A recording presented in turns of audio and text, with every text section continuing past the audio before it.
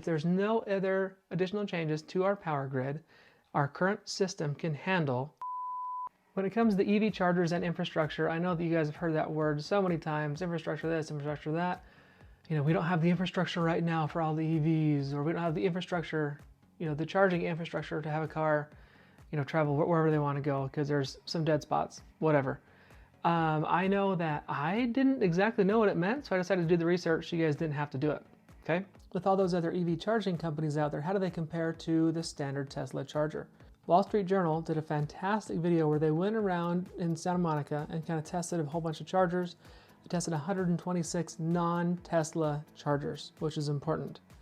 And out of all those chargers, 27% of them were out of order. 10% of them had payment issues with the card. However, they were able to do it with the app. So what does this really mean? This may seem like a lot of issues, and it actually is.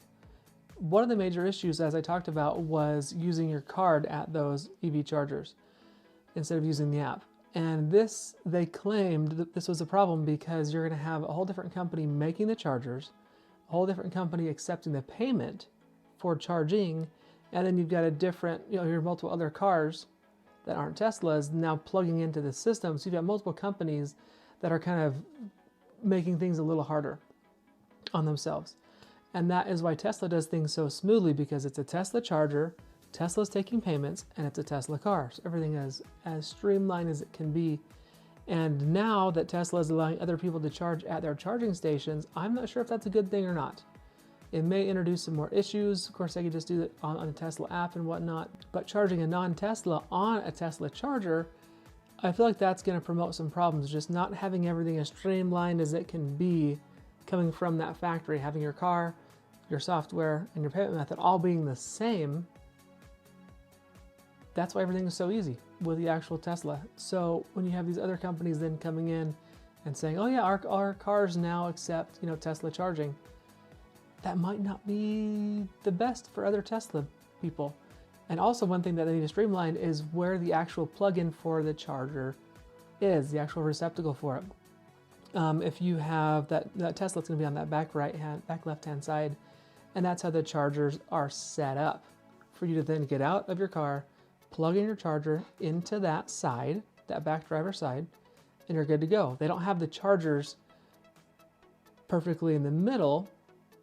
They have all those spots lined up so they can accept a car and be charged on that spot.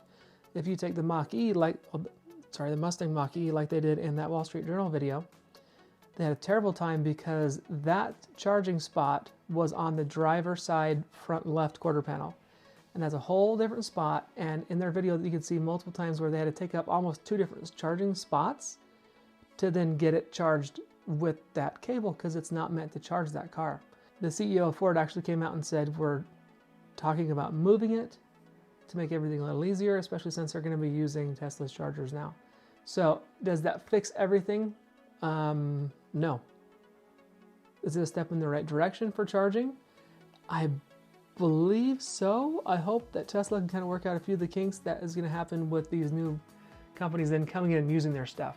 I feel like that's going to be more of a problem than anything else. And that also is another situation with people charging at the actual fast chargers themselves, because over 80% of EV owners charge their EVs at home, according to the DOE.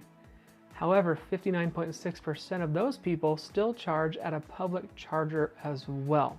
I'm not sure exactly why. I'm not sure if that test was saying, you know, have you ever charged at a, you know, public charger, yes or no. With the average American driving 40 miles, according to the DOT, and most EVs having a range of 200 to 400 miles, I'm not sure why people aren't charging at their house compared to charging at the public chargers out in the wild. But if you say to yourself, well, what if they're apartment dwellers? That is a big point. And that's something that some of these third-party companies like EVgo wanted to do, is they wanted to put more chargers in areas by apartment complexes so that people can then use those chargers instead of having to go and get, you know, the main busy chargers. So this way that can kind of reduce the amount of people going to the standard chargers if they can have their own chargers at their apartment complex, which would be nice. However, part of these issues with companies like EVgo, they're currently failing. I was watching another video talking about the companies who are doing these third-party chargers, and all the ones that they showed, all those companies like EVgo, their companies are currently not performing well. And one of the reasons that was proposed on why this is happening is because people can go and they can charge at their house. Whereas situations like gas stations, you can go in there, fill up with gas, and then leave. Well, if you were to be able to fill up, let's say for some reason, you're able to then fill up your car with gas at your house, that would severely impact the gas station companies because you don't need them. You're able to do it on your own, which is why some of these companies that are starting off making chargers third party are having some issues, is because people can just go and charge their house. If it's too expensive, they can charge their house. Speaking of expensive, one of the major reasons why these are failing is because there is such a high overhead fee for the actual EVgo company that they are taking from these little franchisee owners that they're leaving them with little to no profit left. It's astronomically higher compared to the standard gas station type of situation where, that parent company is going to receive a certain amount of money from that franchisee. With the chargers like EVgo, it is a huge chunk. But now we come to the big question everybody's been waiting for. Are all of these EVs that are now plugging into the grid that weren't there before, this old grid that's, majority of our power lines are over 20 years old. I think they said 70% of our power lines are over 20 years old. So those have needed to be fixed since, for quite some time now. So are these old dilapidated power lines, are they causing issues with EVs? And I was very surprised by this. No, they're not. We still have tons of space available to us in the system. And in fact, the Pacific Northwest National Laboratory did some tests and some projections. And they said we're looking pretty good. They said that currently our power grid can support up to 24 million EVs. Okay, 24 million, that is a lot. Especially because right now there are about 3.8 million EVs. So we've got a lot of headroom there to go. And that was just their projection if nothing changes. If there's no other additional changes to our power grid, our current system can handle 24 million EVs. And the interesting thing about that is that with everything happening with us having problems getting the raw materials to make the batteries in the first place, I feel like that's going to slow down our progress with actually building EVs coming up in the future. I don't think that it's going to scale like everything else was because we now have those limited resources to build the batteries themselves. So that's going to be causing us to slowly, in my opinion, drop down as far as production goes. So from the projections from Pacific Northwest Laboratory, with our current system, what it can handle, I think we're going to go for a while because they're going to be able to repair those power lines quicker than we're going to be able to find more raw materials for those batteries for the EVs. Once again, we have almost 20 million more EVs to be built to then impact our system in a negative way.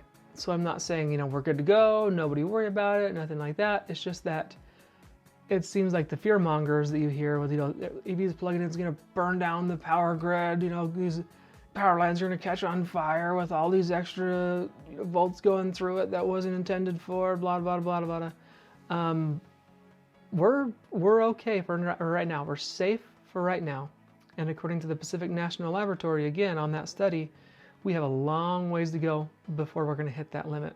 So I'm not saying everything's great, wonderful, everything's fine, but I am saying that things are not as bad, according to this study, as people tend to say that it is. Do you feel like you've been duped? Do you feel like you've been told that, all these more EVs are going to be burning down the system, we should not, focus on EVs anymore?